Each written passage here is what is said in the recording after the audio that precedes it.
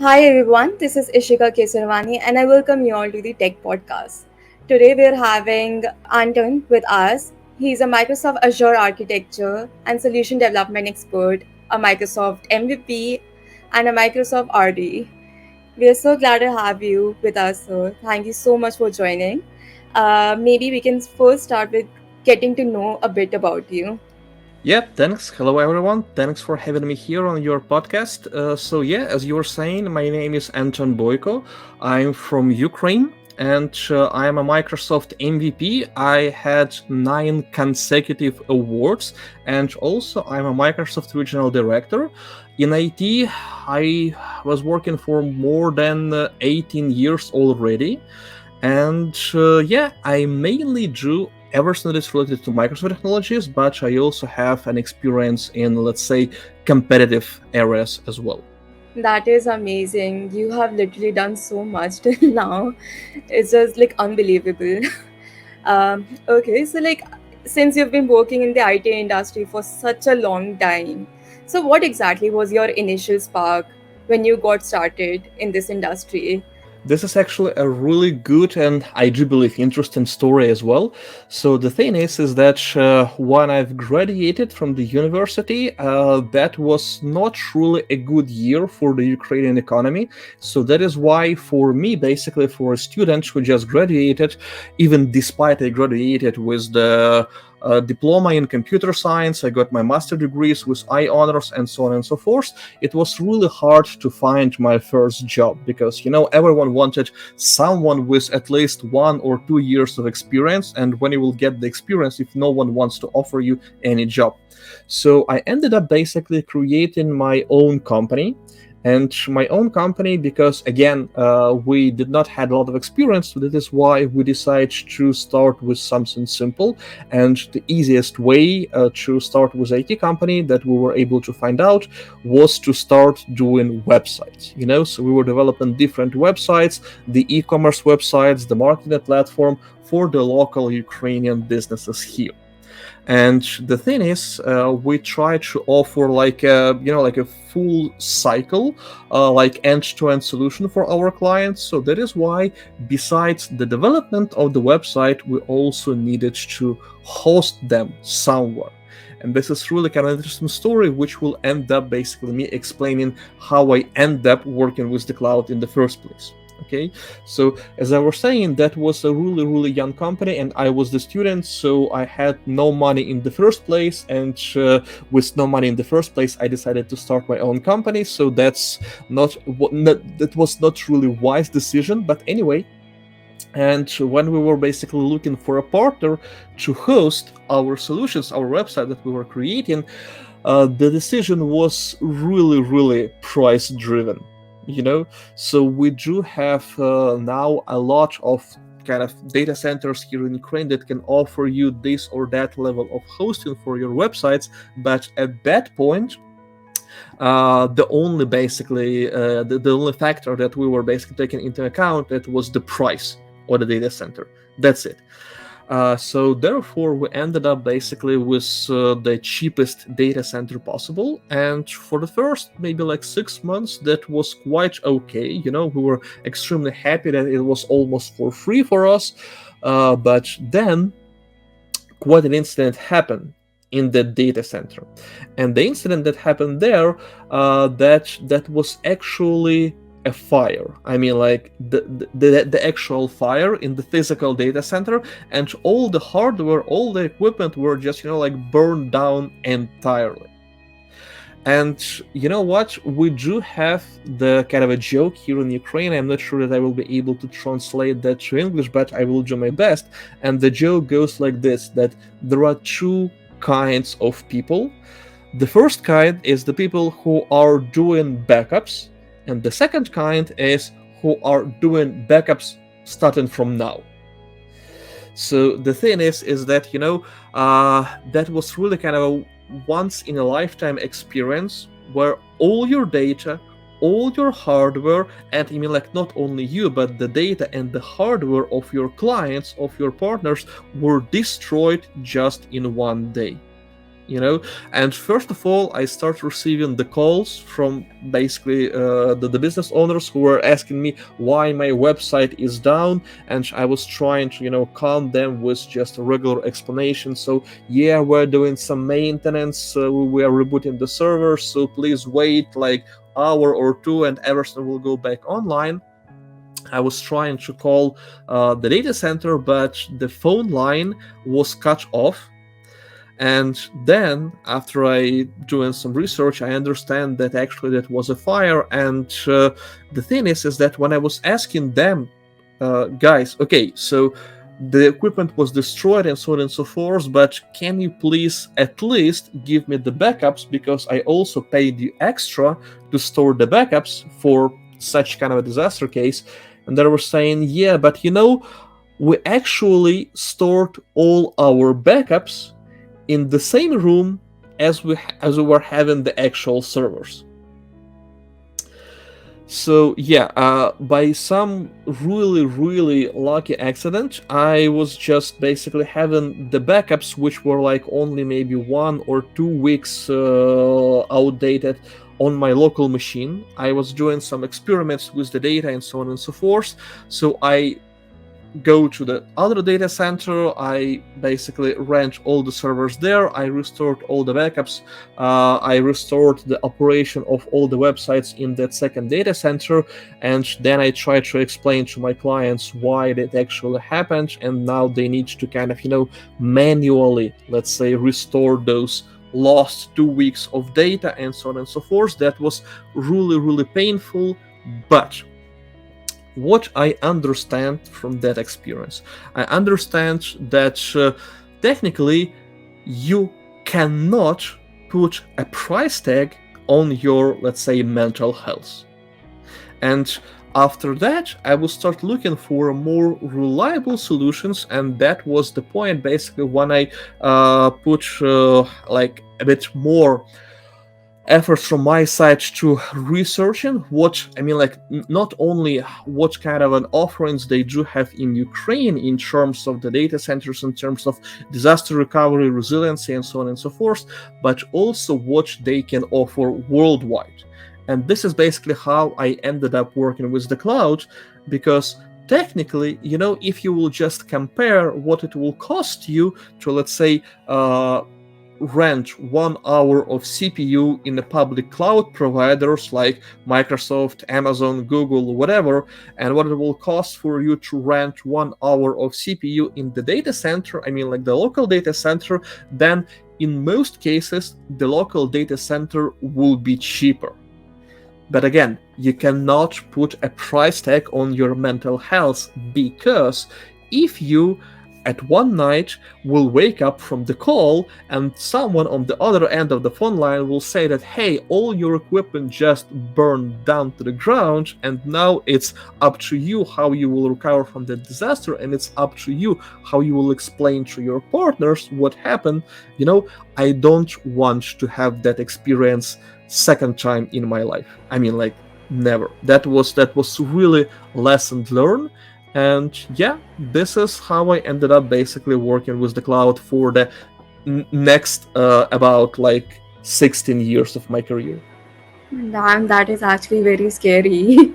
And I guess that is exactly where cloud comes into play. The fact that you can, you know, use your data from literally anywhere, and the fact that all your data is secured, and the disaster recovery that could have saved you from all the things that you went through. Damn. S- and it's been 16 years. So, like, one more question which I had regarding this Mm-hmm. is that how has things changed? Like, 16 years ago, if you would have went to someone talking about cloud, they probably would have just ignored you or something like that. But now everyone is working on the cloud. So, Mm-hmm. according to you, how has everything changed with cloud? This is a really good question, because at those, like early days, to be honest, the first cloud that I was working with, that was the Amazon cloud. And in Amazon cloud, back at those days, that was the I do believe the second or third year of Amazon Cloud when I start looking at it, start using it for my own services. At that point, the pretty much only one decent offering that they were having there, that was the offering of infrastructure as a service. So they can offer me the virtual machine, and then it will be up to me basically what to do with that virtual machine. Of course, I can turn it on, I can turn it off, I can scale it horizontally, vertically, so on and so forth. If I have more users, less users on my website, then I don't need to kind of commit that I will pay for this server for the next 12 months or whatever. So all those things were really awesome. But again, that was the virtual machine. And to be honest, if you want to really operate on a decent level of load in production, if you have the virtual machine, you also need to know a pretty good amount of all the knowledge about, let's say, how the operational system works, how the networking works, and so on and so forth. So it's kind of, not really, let's say, a mandatory knowledge for the developer per se. And of course, of course it's really cool if a developer understands, for example, how the networking works, what's the difference between TCP and HTTP protocol, and so on and so forth. But again, it's not really kind of a mandatory piece of knowledge. And then at 2011, if I'm not mistaken, something like that, so like 11 years ago, I just received an email, and in that email it was something like, hey, this is Microsoft, and we are launching a cloud offering. Do you want to take a look or not? And because actually, despite I was using AWS at that point, I was still like a Microsoft guy. I was using .NET, and I decided, yeah, it's actually worth taking a look. And when I take a look at the Microsoft Cloud, I noticed that the concept is a bit different because they want to be more closer to the developers. So they kind of took away all that infrastructure kind of a knowledge that I need to possess to operate successfully in their cloud, and they were trying to make it more and more developer friendly.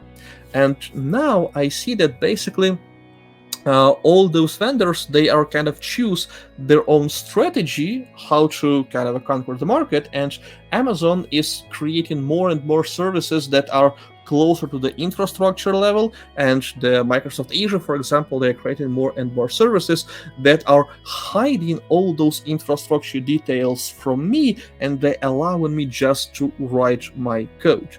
But the thing, I do believe that one of the biggest change factors that happened since that time is that now the new concept, the new things are starting to, get more and more attention. And the thing that I'm talking about is the low code, no code experience working with the cloud. And this is actually really cool because I was running some experiments here.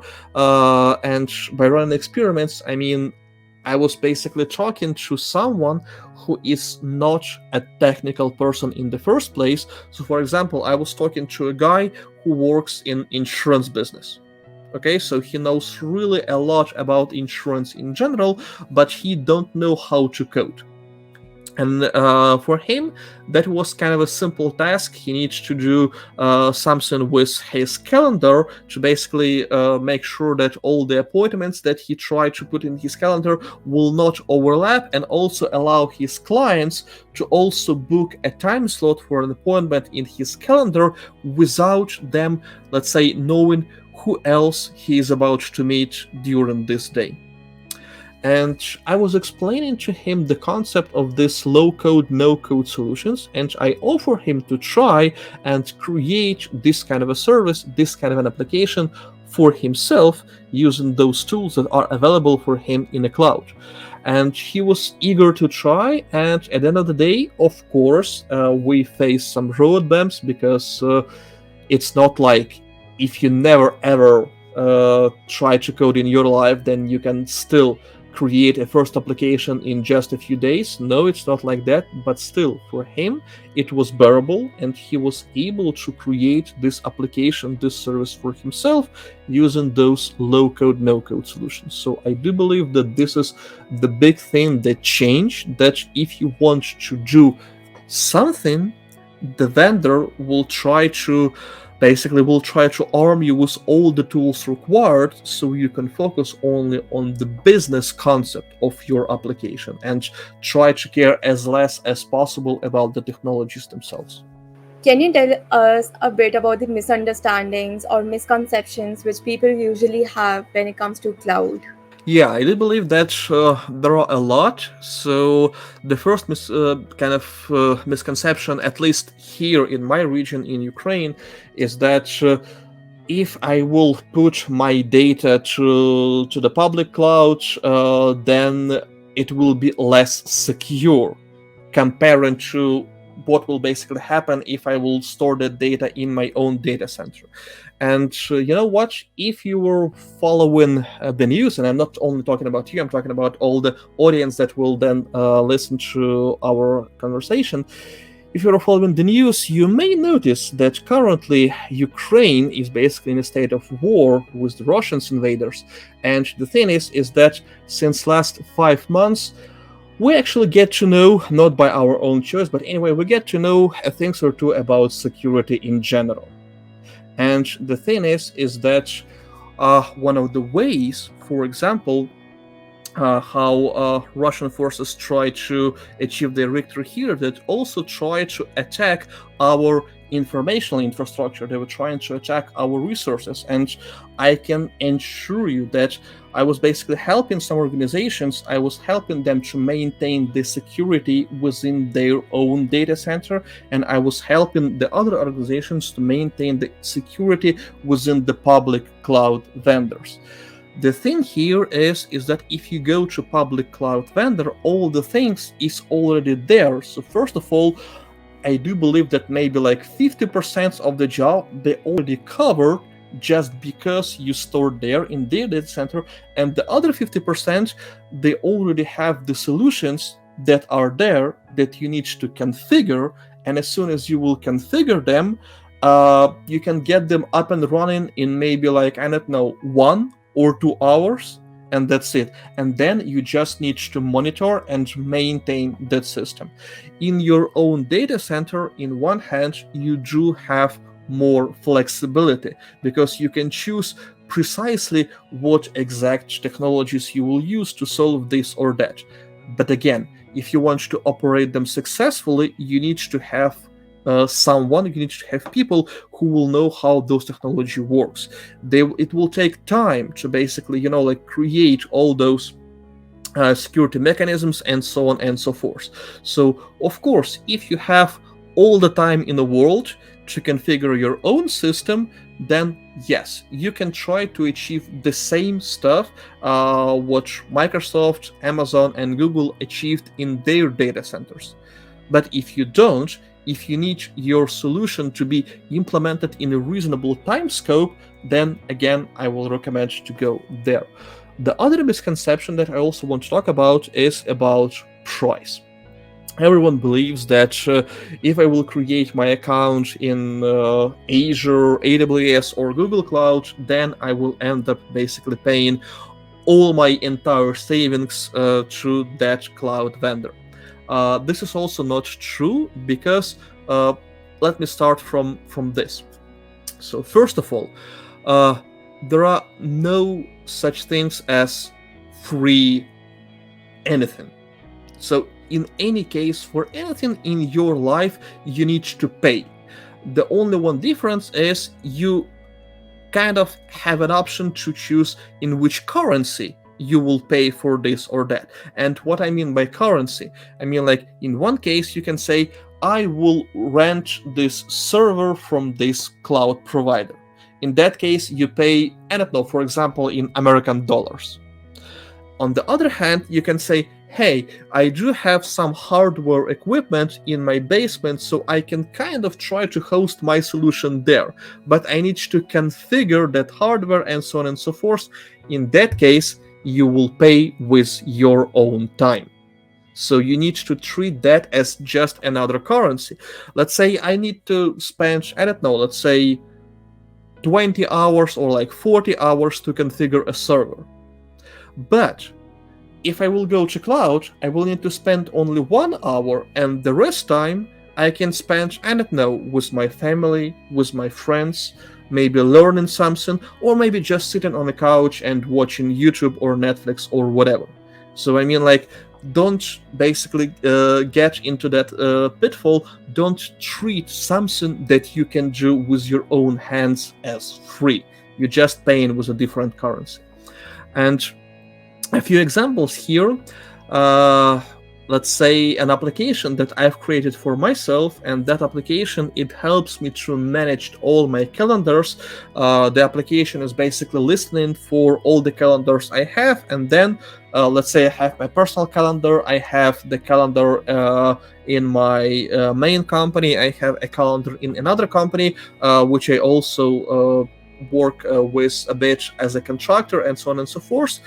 So all those calendars, I synchronize them with the simple app, and I host that app in Azure, and it costs me less than $1 per month to host it there. You know, I mean, like, of course, it depends on the country that you are living in. But for example, in Ukraine, let's say what you can do for $1 in Ukraine. In Ukraine, $1 will not be enough to get a decent cup of coffee or tea. So to have a decent cup of coffee or tea in Ukraine, technically you need to pay something like $1.50. And my app, as I was saying, it costs less than a cup of coffee per month. So I do believe this is the reasonable price. So it's all about, it's all about that. Of course, if you have like a huge e-commerce solution, for example, if you need to host something like, I don't know, like an eBay or something like that in a cloud, then of course you will end up with paying, I don't know, maybe like a few hundred thousands per month for sure. But again, that basically means that you will earn maybe a few thousand millions per month just by basically delivering those services to your end users. So that's basically it. Yeah. That is amazing. So, what advice will you give to a student who is starting up with their IT career right now, from your journey that you have learned from getting out of the comfort zones, from all the ups and downs that you have been through? Yeah, I do believe that let's say, the general recommendation that I can give to the students, because I failed to get that concept myself, and then I basically ended up with paying kind of a double or triple price to get it back. So when you are at the university, pay a lot of attention to, let's say, core computer science knowledge. This is extremely important because, as I was saying, I failed a bit that myself, and I need to learn that then again and again and again. But the thing is that all the tools, all the frameworks, they are constantly changing. You know, maybe like 15 years ago, everything was about Java. Okay, and then after 15 years, now Java is still there, and if you want to do Java, you will be successful developer for sure. But now the .NET is basically starts to take over. If we take a look at the, let's say, web front-end development, we do have Angular, we do have React, we do have Vue.js, and a bunch of other frameworks who are also constantly changing. So I mean, if as a student you will focus your effort more on, let's say, learning this precise version of Angular, React, or whatever, those knowledge, they will be outdated in a year, and then you will need to learn again. But if you will focus your learnings on the core computer science things, then you will be able to use that knowledge to learn the new version of React, Angular, or whatever in just a few weeks. So that's my general recommendation. Don't skip that really important part of your learning. Don't basically skip the core computer science knowledge classes. Yeah. I guess this is the first time I'm actually listening to this because I've just seen people jumping into anything which is coming into their way and they never really focus on the basics, the major basics which they should be aware of. So that is really amazing to know. So I guess with this we can wrap up today's session. Thank you so much for joining us, and thank you to all the listeners who joined us. And stay tuned because we're going to come up with many more videos like this. Have a good Thanks, day. everyone. Bye bye.